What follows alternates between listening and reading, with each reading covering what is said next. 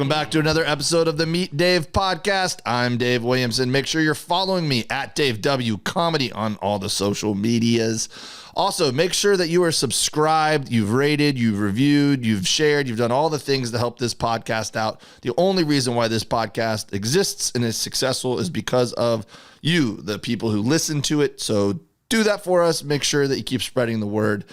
Today's episode is an exciting one. You might have seen me with these dudes on the road from time to time. My tour dates are at davewilliamson.com, coming to a lot of cities over the next couple months. These guys have been super supportive of me. We have a representative today from Neanderthal Fire Company. They make badass cutting boards. They always donate product to when I do fundraisers for my water polo teams that I coach and stuff like that. They're just a great company run by great people. So I can't wait for you guys to meet my buddy, Chris Jones. All right, this is going to be a fun one, I think. My buddy, Chris Jones, welcome to the podcast. Thank you, Dave. Happy to be here. Appreciate the invite. And this is going to be fun because this is definitely going to be the longest you and I have sat down and just had a somewhat professional conversation, because anytime I ever get to hang out with you, it's usually in a party atmosphere. You're either coming out to a show when I'm with Bert, or I went into town one time. We'll talk about it when you helped me put on a show in Ohio, and we got after it that night at Specialty Gas Company. Or we're at the Ohio Egg Fest. It's just we've been in a lot of party atmospheres together, so this is going to be interesting. And we've had a lot of business talks, but it was after we were both slurring, and I'm like, you know what you need to do? Here's a business model for you. Blah, blah, blah. So just to make sure we don't go from 60 to 0 too quickly, I did crack a beer because I Cheers, buddy. There you go. What are you drinking today? I've got a local IPA, Land Grant Stiff Arm IPA, so Columbus, Ohio. So normally I would be drinking an IPA too, but I'm over at my producer Luis's studio, and he has Coronas in the fridge. It's like necessary in a Mexican household. Yeah, Luis is Mexican, so he's pushing the Coronas on me. He said, "Nothing wrong with Corona." He said, "You want Corona or Modelo?" I was like, "It's the same thing." Yeah. So hey, it's nice of them to have beers for you. So let's start here, Chris. I think your story of the beginnings, the origins of Neanderthal Fire Company, which for people that don't know, make some of the most badass cutting boards, highest quality cutting boards you can buy. And then the company has expanded to many more things that revolve around mostly fire. So I'm just going to leave it at that and talk a little bit about the origins of the company and just tell people about the company in general. Yeah, of course. Appreciate it. So funny enough, and you're probably not going to have many companies that have an origin like we do. This company started on, oddly enough, a curtain rod. And as funny as that sounds, I'll kind of give you the backup and let you know how we evolved from the curtain rod. But so rewind back to 2010. I bought a home that needed a lot of updates. One of the things it had in it were these just really heavy velvet dark curtains, and they had really nice iron heavy duty curtain rods. So when I was taking those down, I didn't know what I would need it for at the time, but I kind of pulled a few of the curtain rods aside and just set them in the garage. That's totally me, by the way. I'm totally a materials hoarder. Whenever I take something apart and I go, I don't know what I'm going to use this for, but I am going to use this for something one day.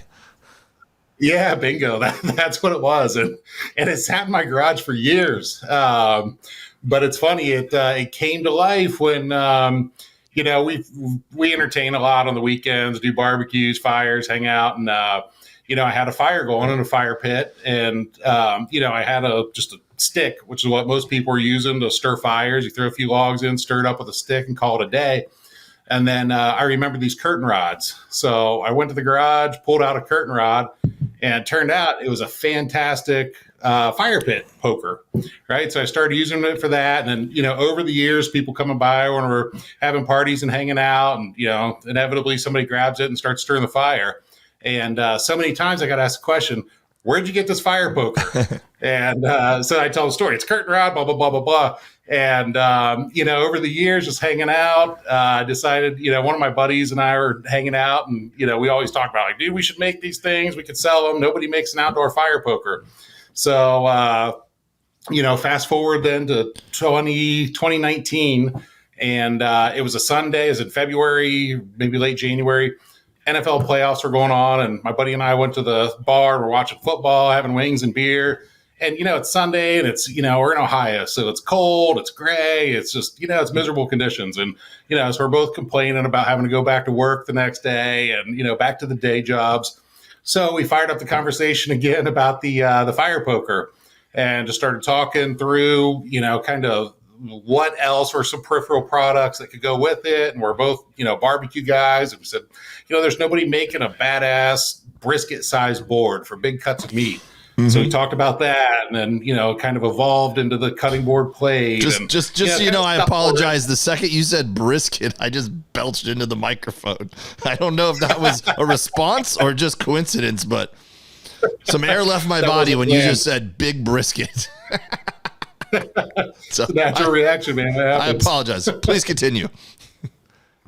All good. So we sat there at the bar, and really for hours we didn't pay much attention to the football. We just kind of captured lightning in the bottle, and the ideas were firing, and just kind of coming up with just different ideas, go to market plans. And in that same setting, we're kind of kicking around like, all right, so we like these products that are all around fire. So we're trying to think of names that it could be. So we're like, just kind of going about what are the origins of fire? Who discovered fire? And then just completely organically, it came up. We're like, Neanderthal Fire Company. We're both like, done. That's it. So, so then we came home that night, and, I've got, 6 or 7 beers in me, and fired up the laptop and started writing out the business plan right then. And then we launched the website and, our initial round of products in October of 2019. And then you guys really started putting things into place throughout the pandemic. It was really kind of a time of growth for you, right? Yeah, it was. And it's interesting because, I can't tell if the pandemic was good for us or bad for us, right? Because it's good because people are at home and, barbecue kind of took off. People are getting, into it and the home cooking thing. So it's good from that standpoint. But at the same time, budgets tightened up, the economy took a dive. It's like, so it was, it was curious timing, and, it worked out well for us. So, people were home. We had a kind of a captive audience for our social media campaigns, and, the ability to grow the brand and, roll out new products. And, it was good for us, I think. So it's funny that you mentioned that, because the size of the boards, because that's how I became aware of you, is that you had sent some product to Bert and Leanne Kreischer, and I cooked for one of Bert's parties. He was inviting me over to a party he was having because he was getting ready to go to Serbia to shoot the movie. They're having a go-away party. And I said, Bert, do you want me to cook for the party? He's like, oh, that'd be awesome. My friends would love it. I go, cool, man, I'll cook. So I did it up. I did a ton of ribs, and I did a big brisket, and, pulled pork. I did a lot of stuff. And so I brought one of my old cutting boards. I have this one thick cutting board. It's not big, but it's thick, and it was just an old cutting board. And I grabbed it to bring it with me in case they didn't have one, which I don't know why I would think that they wouldn't have a cutting board, because they have everything. Yeah, you never know. Yeah. So, but I just had the habit of always bringing it everywhere with me. And I threw it down, and the brisket was bigger than the cutting board. And Leanne was like, Dave, for being a barbecue guy, that's a lame cutting board. And I'm like, it's what I got. And so in the mail, like a week later, showed up one of your guys' cutting boards. And I was like, oh my God, this is beautiful. and that became my main cutting board. And I started putting it on Instagram. So then you started seeing me tag you and stuff. And then we became friends from there. Yeah. What? Yeah, it's an awesome story. Yeah. And if I remember correctly, when you cooked for Bert, didn't you do some funky ribs of some sort, some Tito's or something? Yeah, that's what I did. So a fan had just sent me, they saw a recipe for Kool-Aid ribs. And I'm like, I can't believe I never thought of this before. So that night since I was cooking for Bert's going away party, I decided to take one rack of ribs and do Bert ribs. So I just started thinking of things he likes and would be like, so I did the Kool-Aid rub, but I also took Uncrustables and I blended them up and I kind of pureed them into a barbecue sauce. And then I took vodka, and I did Tito's vodka as my spritzer instead of normally use apple cider vinegar or something. And then I did he always eats candy and Sour Patch Kids, so I chopped up some Sour Patch Kids and I sprinkled them on top at the end, which I think was the secret ingredient, because I just did them visually to make it look cool. But when I wrapped them and I put them in the Cambro to take over to his house, they steamed in there a little bit. So when I pulled them out, the Sour Patch Kids had melted onto the ribs, and it made them taste like sticky ribs, kind of. There was like a sweet, sticky. Right. And I think that's what actually made them good. And I thought they were going to be disgusting, and everyone was like, "These are great," and I was like, "It's against all odds." I was just doing it to be funny, But yeah, you're right. That was that party when that took place. So what makes a cutting board a good cutting board? What were some of the things when you guys sat down and said, all right, we got the fire poker figured out. The fire poker, what makes it good is that it's big, bulky, strong, manly. You actually, and I love my fire poker, by the way. I use it for my smoker. I use it for my fire pit. I use it for my new pizza oven. I use my fire poker all the time. But what makes a cutting board a good cutting board? It's the exact same thing, man. It's big, it's bulky, it's heavy, it's strong, but for us, it's having quality wood products too, right? So, like my mom's a baker, and she had a bakery back in the day, and she said, your product's only going to be as good as the quality of your ingredients. And the same thing applies here, right? You have to get, good quality wood and, make sure it's dried properly, and, build it with thought and how you arrange the boards. And, then we did something that was kind of different. It's really kind of become our trademark is, we have extra deep juice grooves, which you've probably noticed on your boards. A lot of cutting boards you'll see, they just have kind of a shallow juice groove just because it's it's a requirement for anybody that's doing meat, right? You have to have a juice groove. Oh man. But then we have, I've got to use the phrase juice groove more often in my everyday life. Juice groove. Juice groove. What do you guys want to do tonight? You want to do a little juice grooving? Hey, Luis, you know how to do some juice grooving, Luis? I've been waiting my whole life for you to ask me that. Hey, juice groove crew, let's go. You might be onto something.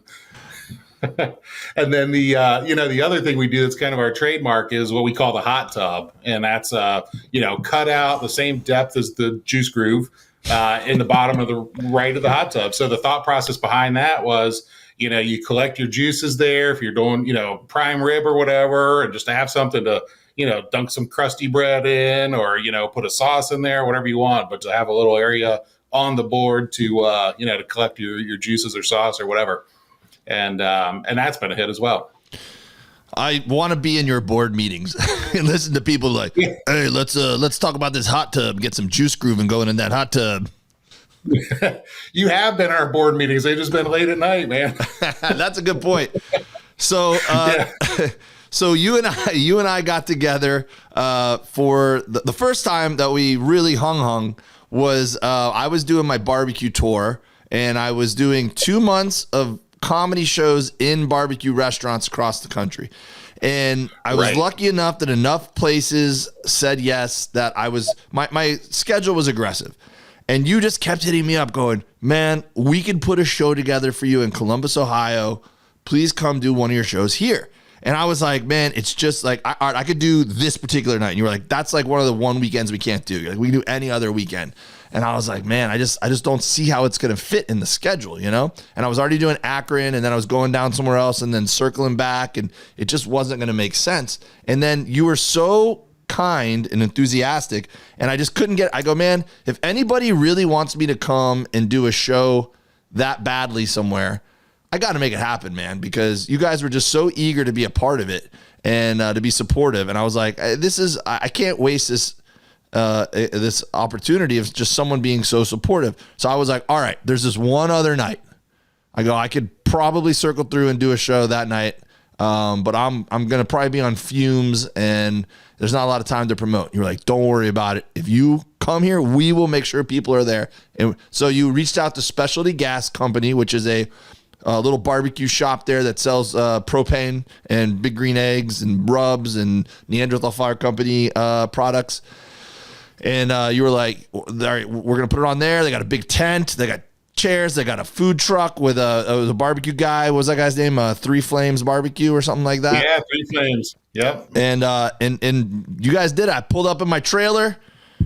We did an awesome show. The place was packed. And then we stayed up after crushing beers and drinking whiskey and smoking giant cigars. And we shot a couple of commercials that night. Yes. Yes. We were talking.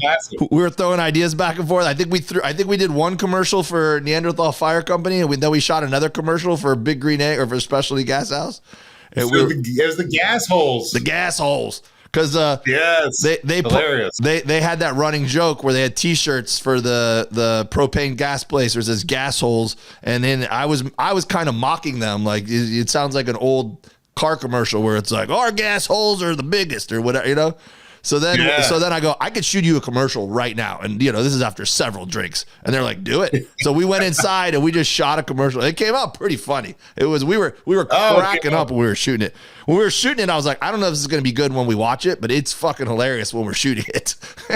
Yes. Well, and it was fucking hilarious after the fact too. Yeah. And I think they used it. I think we ended it. There was we had a crew of people behind or in front of a bunch of Big Green Eggs, and I think it was we're blowing out our gas holes or something like that. It was a big gas hole sale. We're like, we're blowing out our gas holes. Yes, that was fun. That was a great night. Yep. And I remember you were because we were communicating back and forth for at least a month trying to figure this thing out. And I remember kind of looking at your, the cities you were hitting, and you were zigzagging the whole country. So I was like, I don't know if this is going to work out. And you were able to do it and get through it. It turned out it was a blast. We had a good turnout, and it was a lot of fun. And I think if I remember correctly, it worked out well because you were passing through Yellow Springs or something. Got to go check out one of Chappelle's cornfield shows. Yeah. Well, you hit me up and were like, hey, this is going to be a wild weekend for us because I think I was supposed to be there on like Sunday or so. I don't know. But you were like the night before, we're going to go see Chappelle. And then I was like, oh, is this close to where he does his show? You're like, yeah, it's not that far. And so I started doing the math in my head. I go, well, we have the one night to get there. I'm like, I should see if I can go do that while I'm driving into town. So I hit up Chappelle's tour, not his tour manager, but his tour agent, guy I've known for a long time. And I asked him about it, and he goes, yeah, man, I'll get you tickets. And so the crew, Garen and Autumn, who are touring with me, I go, do you guys want to go see Chappelle in the cornfield? It's the last one. And they were like, yeah. We got to go through and see it also. Yeah, the same weekend you did. And then we made our way over to you. I think we went, how'd it work out? We went Friday maybe. You went Saturday, something like that. And then the show was on Sunday. And then we did Sunday, yeah. Yeah. And then Epic weekend. You brought boards with you and gave one to Dave Chappelle, right? Well, so we had, I'm trying to think. At that one, we may have given them to him beforehand. I can't remember, but yeah, we got with Donnell Rawlings. We made him. He's got his River Ninja thing going for his canoeing stuff that he does in Ohio. So we made him a custom board. We made one for Dave. And then, actually we did. We took them the boards. That's right. It was that day. We met Donnell for some beers early, gave them the boards, went to the show, and then went back and kicked it with them after hours, which turned out to be like a 5 a.m. night. It was their morning, whatever you want to call it. It was late. It was a lot of fun. And then came back and had 24 hours to recover before you came rolling in. So and then we stayed up till about 4 or 5 a.m. the night I was there too. Yeah. What was the story where you guys were telling me that there's some sort of a thing where you like there's a I don't know if it's a legend or whatever, but there was something about how you could throw a bottle over the train or something, and then I just looked and tried it, and I think nailed the train. Well, I can't remember what happened with that. Yeah, gosh, I remember the conversation. I think it was something that the Specialty Gas House guys were talking about. I can't remember exactly what it was, but it sounds familiar. They said some shit where this is my drunk brain at the time. They were like, oh yeah, they put the train tracks in a specific spot where you can't hit it with a bottle. Like it's impossible for a human being to hit it. And it's like a very specific thing or whatever. And the second they said it, I just grabbed my beer bottle and chucked it. And I totally just hit the side of the train. And I go, I don't think your information's correct. And I think you just coerced me into creating a crime, by the way. Right. Yeah. And you got to be careful in Ohio, man. Those trains are derailing. Yeah. I slept in my little travel trailer about 20 feet from that train track. So I'm very aware of their train schedule there now. Yeah. So the custom boards is something you guys didn't have at first and you got into, and now you laser in a really cool. So I got some boards that's got my Meet Dave logo on it. I've seen some really cool ones that you guys have designed for Bert, and then you made one for Donnell, and then my boy Warren Sapp, you made one for him, QB Killer, and sent it to him. And I know you've made some for Rogan, and you have a little bit of a relationship with UFC, or you made one for Dana White, right? So you've done some cool custom boards. Yeah, exactly. When we first started, it was it was just the boards, right? We put our logo on there prominently if anyone knows our boards, and then my wife early on for a long time, she's like, "You guys really need to get into the custom boards," and I was like, we don't need to do that. And then probably about a year into it, we decided, you know what, let's do it. Let's start offering it. So we put it out there, and it took off. It's a big success. Probably 30% of our board sales are custom at this point, something like that, 35%, I guess. But we used to, prior to that, we would do custom boards for, certain people. If, there was an ambassador, an influencer, or whatever that we want to do something custom for, we would, but weren't offering them for sale.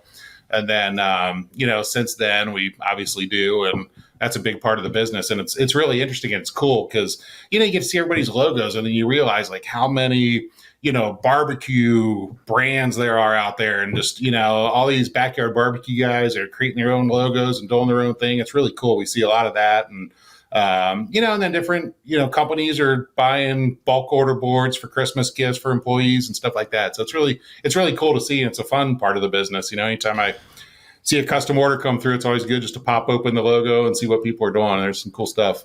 Yeah, I left my house in a hurry today, and I couldn't find my Neanderthal Fire Company hat or sweatshirt. I wear my sweatshirt all the time, so I don't know where it's at.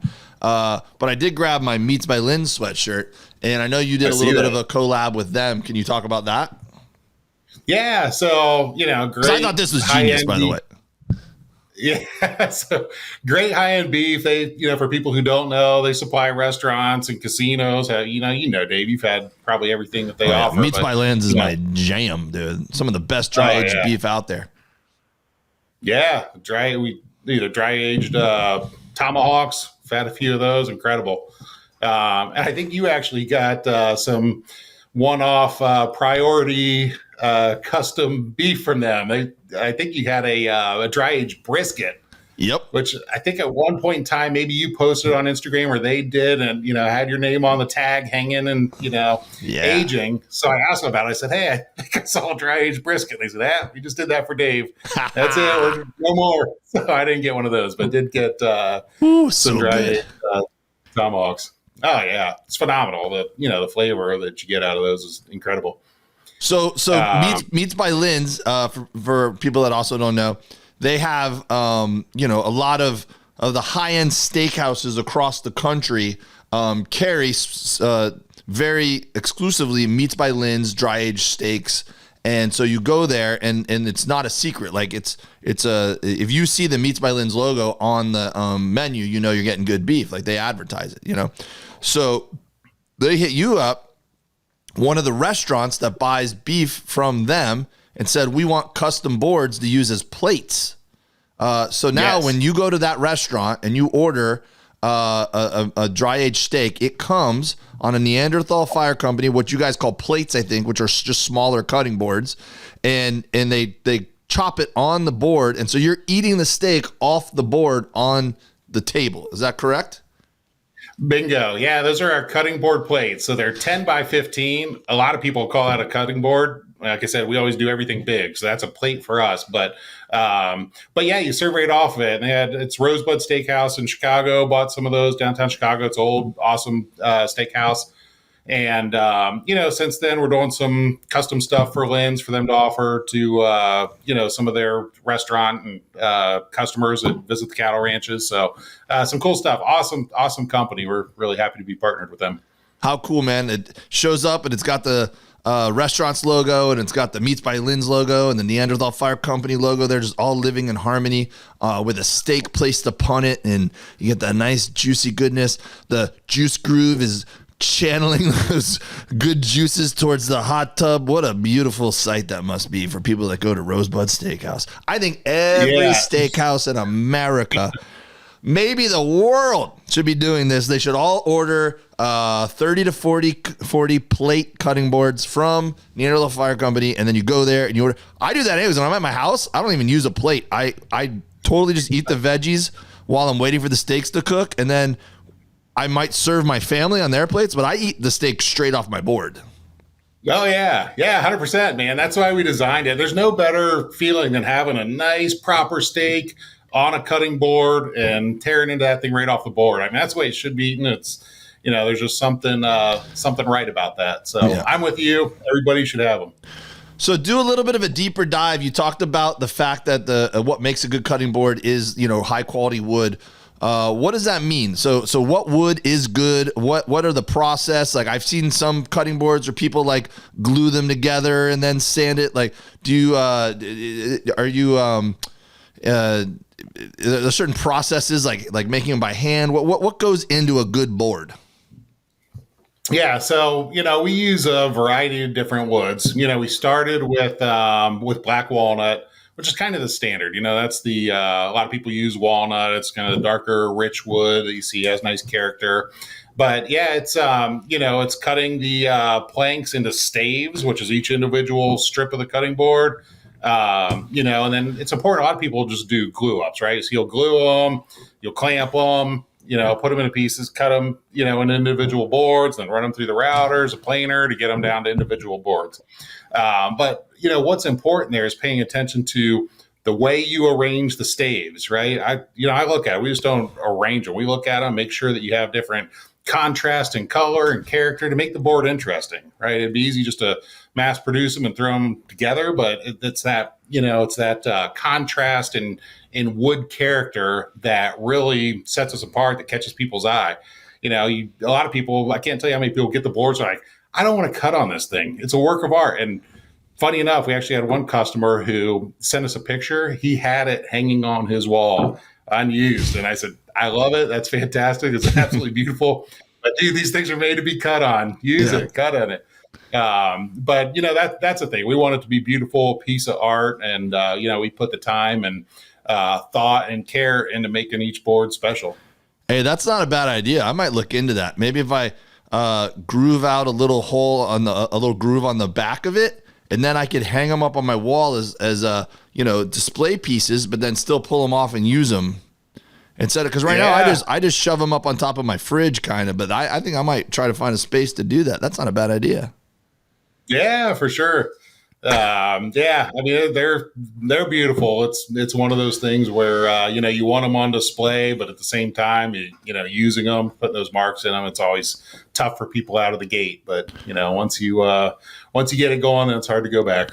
So one thing I need to get better at is a little bit of maintenance on my cutting, because I just use it and then I don't scrub it with soap or anything. I just use hot water and kind of like clean it up, So I try not to really hit it with some harsh stuff, kind of like, treat it like a cast iron skillet sort of, you'll make sure it's sanitary and clean, but I don't want to like scrub it with soap and a brush, but, still just with time, like it starts getting worn down and I haven't done a good job. Maybe walk people through the upkeep they should be doing on their boards to keep them looking nice.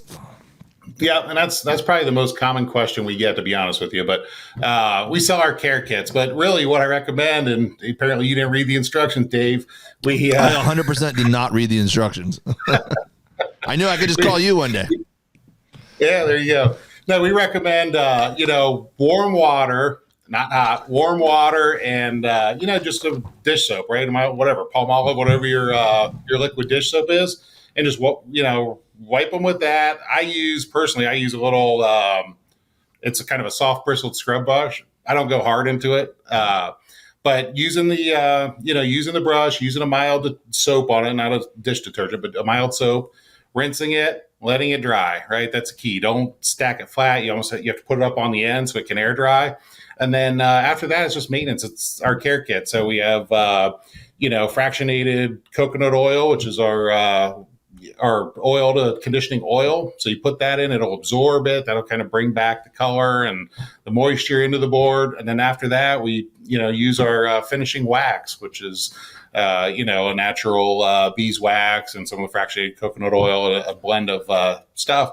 And that's it. That'll keep it nice. It'll, keep it in excellent shape. It keeps the bacteria from getting down into the board. And, if you do that, these things will last you a lifetime. So it's just the constant upkeep. And, it is important to do it. A lot of people, it kills me when I see it on social media or somebody will tag us in a post. And they've got this whole dried out board that looks like a crouton. I'm like, come on, dude, you got to give that thing some love. So, you've sent me the materials before, and I don't know if I've ever used them. So I definitely need to get better. Gotta use them, man. That's like the one thing I think we need to emphasize that more on the website, that this is a must. And, anybody that makes a high-end cutting board will tell you the same. You absolutely have to use it. And you'll see the difference. I mean, I've got the plates I use every day, my cutting board plates. I take care of them. I've been using them for 3 years. They still look fantastic. They've cut marks in them, but they look good. So how often should I do that? Should I wax them and kind of do the coating? So the oil I would recommend doing, it depends on how much you use them really, but anytime it looks dry, right, you'll be able to tell. So I oil my stuff probably once a week, and it's easy. I use just a little cloth, which comes with the care kit. You put your oil on the board, rub it in, throw that cloth in a Ziploc bag, a little sandwich bag, right? Keep that cloth oiled, keep it nice. And then, the wax, I probably wax, every 3 to 4 weeks.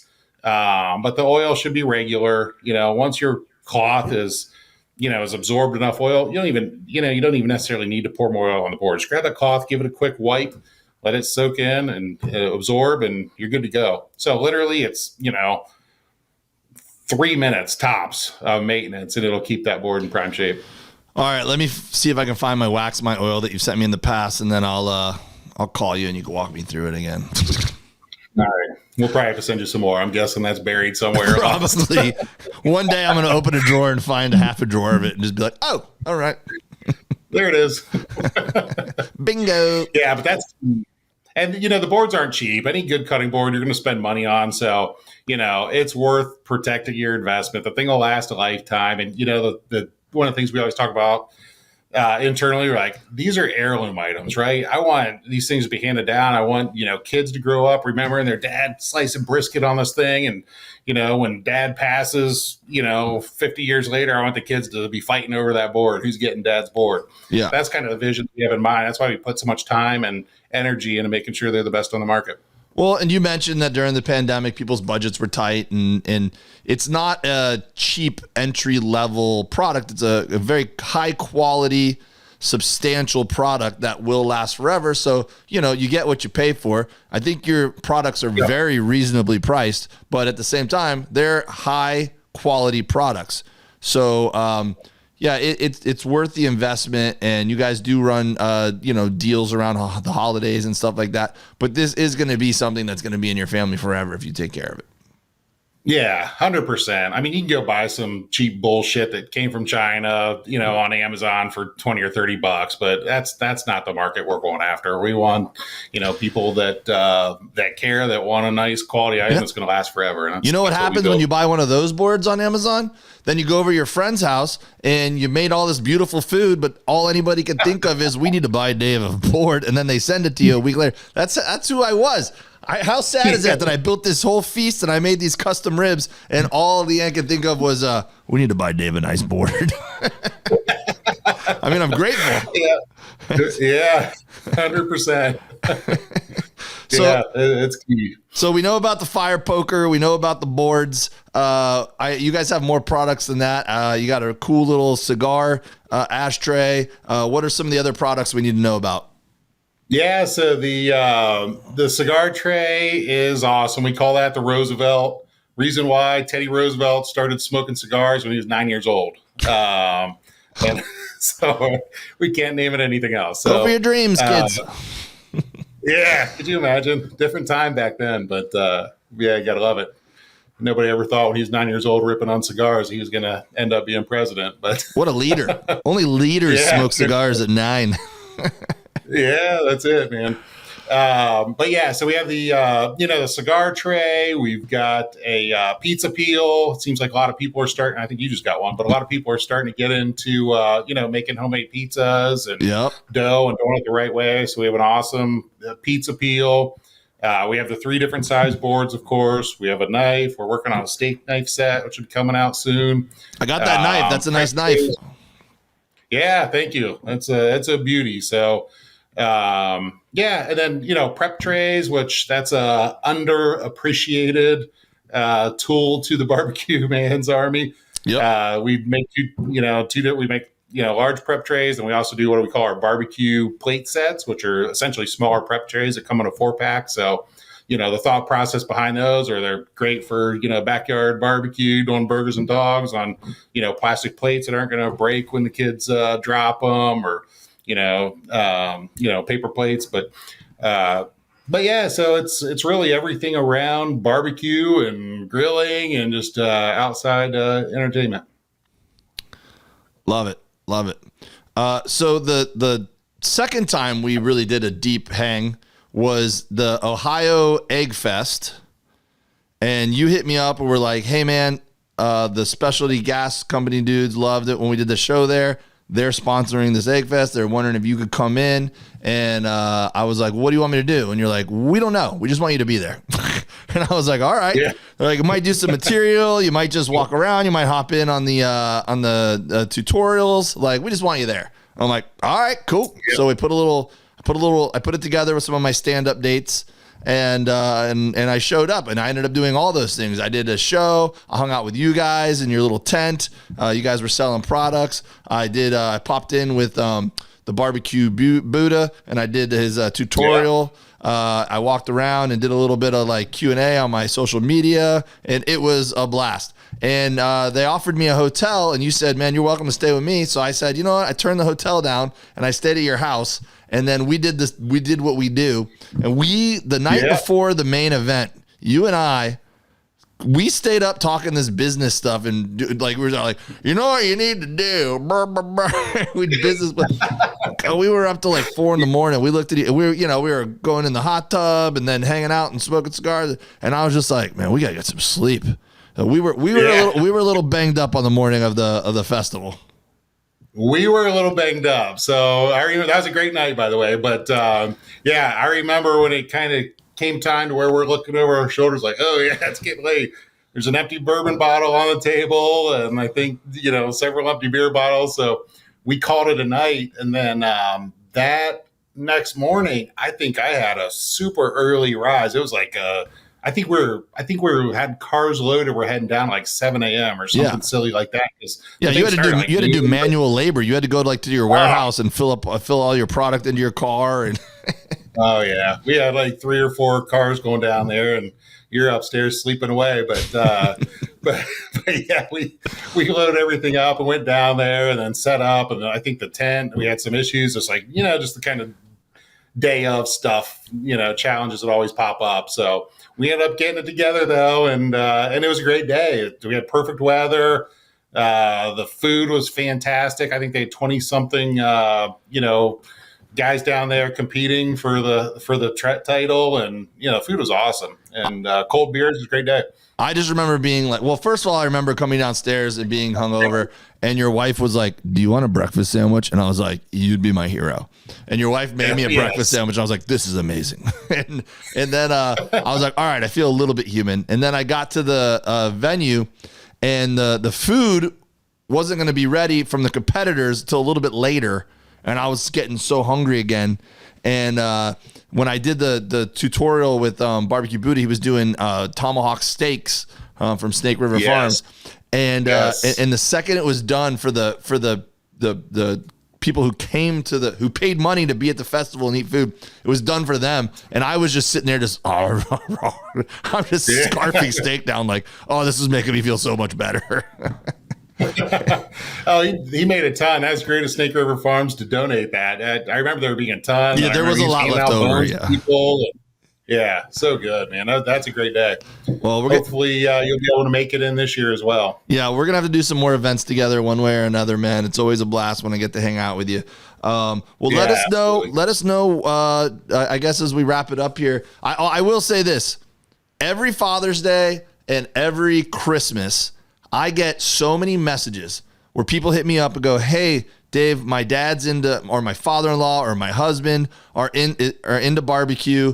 What can I get them for a gift?" And everybody always, is looking for a meat thermometer or something, And I'm like, I don't know, man. I kind of just have the same old meat thermometer I use over and over again. I go, but I just take your website and I just send it to them and I go, anything from this website. These are good gifts for father, Like it's the Neanderthal Fire Company. It is literally just a company for dudes.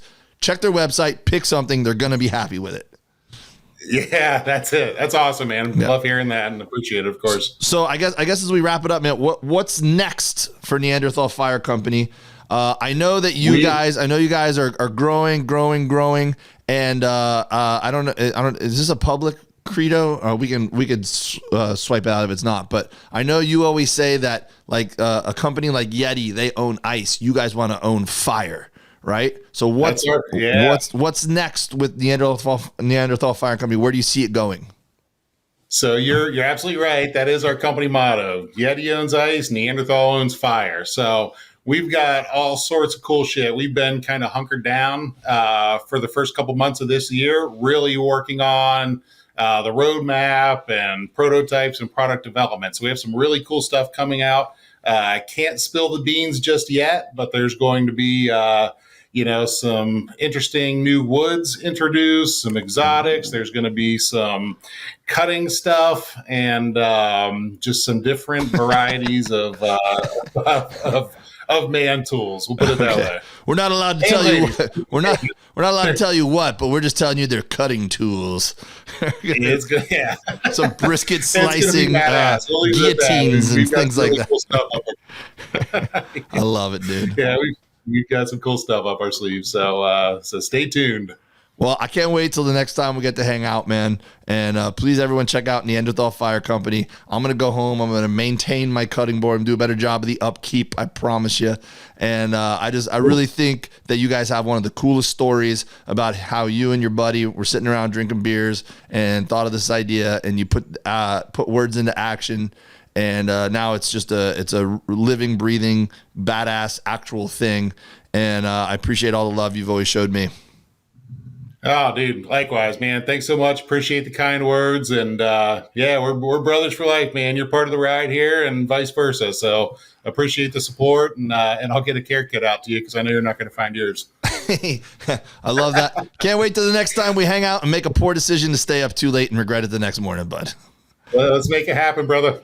All right. See you, dude. All right, thanks.